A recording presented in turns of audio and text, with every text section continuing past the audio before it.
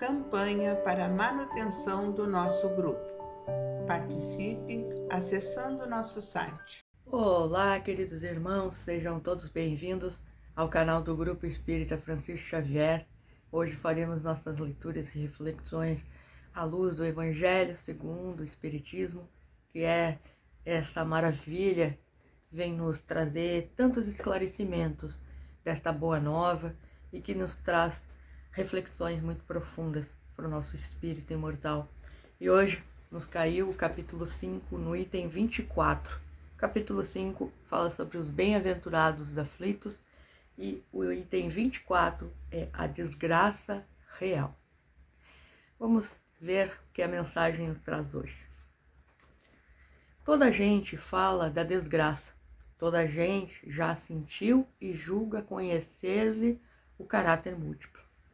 Venho eu dizer-vos que quase toda gente se engana e que a desgraça real não é absolutamente o que os homens, isto é, os desgraçados, o supõem.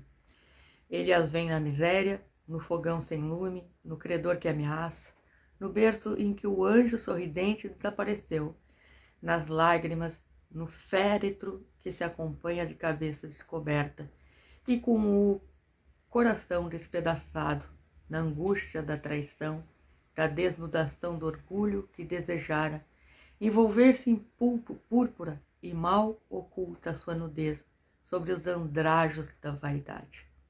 A tudo isso e a muitas coisas mais se dá o nome de desgraça na linguagem humana. Sim, é desgraça para que só vem o presente. A verdadeira desgraça, porém, está nas consequências de um fato, mais do que no próprio fato. Dizei-me se um acontecimento considerado ditoso na ocasião, mas que acarreta consequências funestas, não é realmente mais desgraçado do que o outro que a princípio causa viva contrariedade e acaba produzindo bem? Dizei-me se a tempestade que vos arranca as árvores, mas que saneia o ar, dissipando os miasmas insalubres que causariam a morte, não é antes uma felicidade do que uma infelicidade? Para julgarmos de qualquer coisa, precisamos ver-lhe as consequências. Assim, para bem apreciarmos o que em realidade é ditoso ou inditoso para o homem, precisamos transportar-nos para além desta vida, porque é lá que as consequências se fazem sentir. Ora, tudo o que se chama infelicidade, segundo as acanhadas vistas humanas, cessa com a vida corporal e encontra a sua compensação na vida futura. Vou revelar-vos a infelicidade sobre uma nova forma, sobre a forma bela e florida que acolheis e desejais com todas as veras de vossas almas iludidas. A infelicidade é a alegria, é o prazer, é o tumulto, é a vã agitação. É a satisfação louca da vaidade que fazem calar a consciência e comprimem a ação do pensamento que atordoam o homem com relação ao seu futuro. A infelicidade é o ópio do esquecimento que ardentemente procurais conseguir. Esperai, vós que chorais, tremei, vós que rides, pois que o vosso corpo está satisfeito. A Deus não se engana, não se foge ao destino e às provações credoras mais impiedosas do que a matilha que a miséria desencadeia, vos espreitam um repouso ilusório, para vos imergir de súbito na agonia da verdadeira infelicidade, daquela que surpreende a alma amolentada pela indiferença e pelo egoísmo. Que, pois, o Espiritismo vos esclareça e recoloque para vós, sobre verdadeiros prismas, a verdade e o erro, tão singularmente deformados pela vossa cegueira. Agireis, então, como bravos soldados que, longe de fugirem ao perigo, preferem as lutas dos combates arriscados, a paz que lhes não pode dar glória nem promoção. Que importa ao soldado perder na refrega armas, bagagens e uniformes, desde que saia vencedor e com glória? Que importa ao que tem fé no futuro deixar no campo de batalha da vida a riqueza e o manto da carne, contanto que sua alma contanto que sua alma entre gloriosa no reino celeste. Uma mensagem de Delfina de Diragem, Paris, 1861. Delfina de Diragem foi uma jornalista, uma poetisa, um espírito muito com uma iluminação ímpar, né? Com uma mediunidade ímpar, sempre sob muita inspiração. Escrevia para um jornal, mas escrevia sobre um pseudônimo, né? Masculino, porque naturalmente naquela época, século XIX, era impossível uma mulher escrever para um jornal, né? Então tem todo esse contexto histórico também, e essa grande mulher, essa grande guerreira veio nos trazer essa mensagem para hoje, da desgraça real. E para a gente compreender, irmãos queridos, que quando falamos dessas questões que envolvem as bem-aventuranças e bem-aventurados os aflitos, é para que entendamos que não é que o espírita tem que gostar de sofrer, não é que o espírita tem que ter esse masoquismo quase, né? Não, é para que entendamos que é preciso saber sofrer. Claro, existe um abismo entre a teoria e a prática, né? Sabemos disso. Mas esse é o caminhar, é a capacidade de nós ressignificarmos tudo aquilo que nos acontece na nossa vida. E quando falamos da desgraça real, aqui a irmã Delfina vem nos trazer uma mensagem para que despertemos em nós o que é verdadeiramente uma desgraça. O que é verdadeiramente estar numa situação de desgraçado, né? E é justamente quando não temos essa visão do futuro, não temos essa visão da vida após a morte, tudo fica muito nebuloso sobre as nossas perspectivas limitadas da vida material. E a vida material, ela nos dá muitas questões importantes para o nosso aprimoramento moral, para o nosso desenvolvimento físico, psíquico, emocional, mas não dá uma perspectiva do todo, que muitas vezes nós acreditamos que ali está o fim em si mesmo. E na verdade as circunstâncias que nos acontecem do nosso dia a dia, as dificuldades que nós vamos deparar na nossa caminhada, ela é só um fiozinho perto do que todo o contexto ao qual nós estamos entrelaçados, ao qual nós estamos envolvidos, e que tudo isso está numa conjuntura tão linkado, tão perfeito, que a gente acaba colocando tudo aquilo num ponto só e que acabou por ali mesmo, tudo que tinha que acontecer. E que na verdade nós vamos ver a importância e o significado daquele episódio muito depois, com as consequências dele, né? Ele fala aqui sobre a questão do tempo, né, de arrancar a árvore arrancada, sobre a perspectiva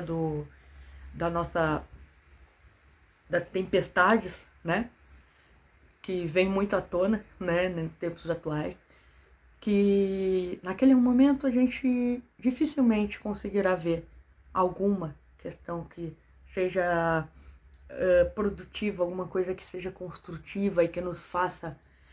Mas não, irmão, no momento, daquele momento de dor, daquele momento de dificuldade, daquele transtorno todo que nós passamos, é necessário que haja um movimento das nossas forças, da nossa alma, para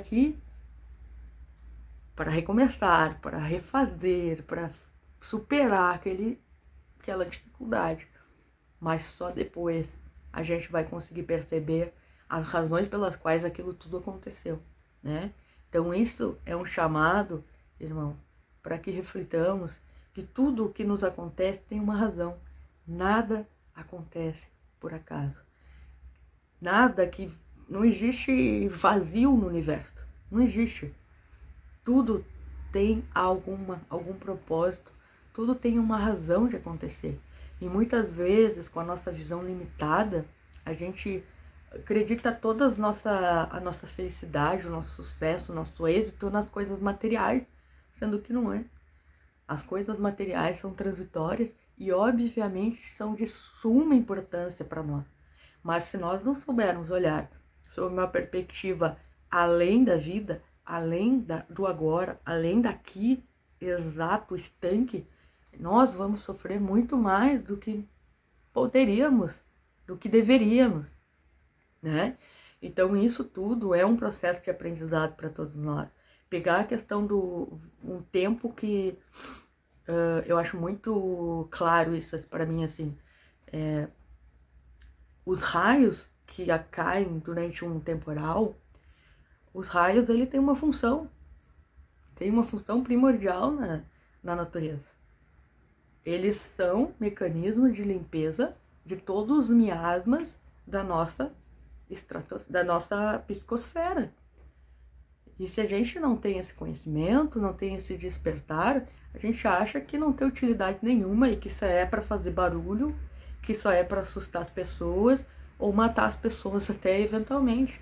Mas não, ele tem uma função muito útil, porque se não fosse essa dissipação dos miasmas que são produzidos por nós, sim, porque os miasmas que existem em toda a psicosfera do planeta, elas são produzidas por nós. E se nós temos a natureza como um mecanismo de limpeza de tudo isso, olha que magnífico. Olha que magnífico, porque se não houvesse essa limpeza, quantos males ainda haveriam de ser produzidos nisso tudo. Olha quanta coisa nós poderíamos sofrer pelas nossa própria infantilidade ainda, por nosso próprio primitivismo de pensamentos, de questões, porque a gente está toda hora produzindo pensamentos. O nosso pensamento não para, então a gente produz toda hora e tudo isso vai se criando uma psicosfera no nosso planeta. E como é que é feita essa limpeza? Tudo é feito pela natureza, por Deus, por Jesus, que é o nosso governador, porque tudo isso são instrumentos e mecanismos que nos são dados para que a gente consiga conviver em maior harmonia com o nosso mundo que a gente vive. Só que quando a gente não tem esse despertar, não tem esse conhecimento, a gente acha que tudo o que acontece é uma desgraça, é um tormento, Claro que existem dores, claro que existem sofrimentos que nos atingem, mas isso a gente tem que entender também sobre uma perspectiva mais ampla. Talvez seja um pequeno episódio diante de uma grande singularidade, né, do universo, das coisas que tem que acontecer, para que a gente possa despertar em nós as questões que nos importam. E nem tudo que a gente consegue ver naquele momento a gente vai compreender. Claro que não. É muito difícil a gente conseguir compreender as coisas de pronto, de imediato. Porque são coisas que às vezes exigem de nós uma maturidade, uma aquisição dessas questões espirituais, até emocionais, né? Porque se a gente, olha só, se Deus nos desse tudo o que nós quiséssemos, nós estaríamos perdidos em primeiro lugar, né? Então quando a gente fala de que não queremos, que nós queremos alguma coisa, que nós queremos alguma situação, conquistar, ter êxito em determinada coisa, muitas vezes não é nos dado pela nossa falta de maturidade ainda, né? Para que a gente não saberia lidar com aquilo ali de forma mais produtiva para nós, ou até para o outro, ou até construtiva, ou às vezes é nos dado, inclusive, para a gente aprender na dor o que efetivamente é importante, né? Então, essa mensagem de hoje, ela é cabal, né? Ela caiu sob medida para os nossos tempos, para a gente refletir, principalmente sobre o que é a verdadeira desgraça, né? Porque, claro que as questões materiais nos implicam muito, nos afetam muito, natural isso, mas o mecanismo, as questões que vão vir à tona com isso, é não só o processo de ressignificar tudo isso, mas também de trabalhar o nosso lado mais espiritual, trabalhar o nosso emocional, estarmos mais conectados com tudo isso, que são, na verdade, o caminhar da nossa evolução. E se nós não conseguirmos despertar isso com seriedade dentro de nós, com propósito, com entendimento, nós invariavelmente vamos acabar entendendo que tudo que acontece no mundo é uma desgraça. Só que não, irmão. Todos nós aqui estamos, cada um de nós aqui veio com um propósito. Cada um de nós aqui assumiu um propósito para a sua vida, para o seu círculo no qual está inserido, pelas questões de afinidade nos quais está inserido.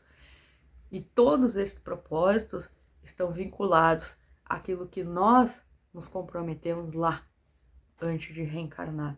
Ninguém passa aqui à toa, ninguém passa as dificuldades que precisa passar à toa. Todas são inerentes às nossas escolhas.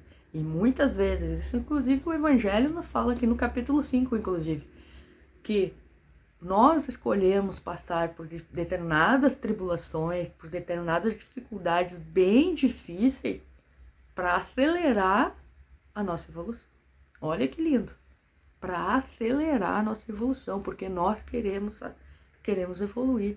Então, quando a gente fala de analisar da conquista das bem-aventuranças, é entendermos que a verdadeira desgraça não está na matéria, mas está naquelas riquezas que não adquirimos aqui enquanto encarnados, nas verdadeiras riquezas do espírito imortal, que essa é a verdadeira desgraça, que vai sempre nos levar ou nos afundar no abismo, porque a gente não sabe o que verdadeiramente é importante para nós.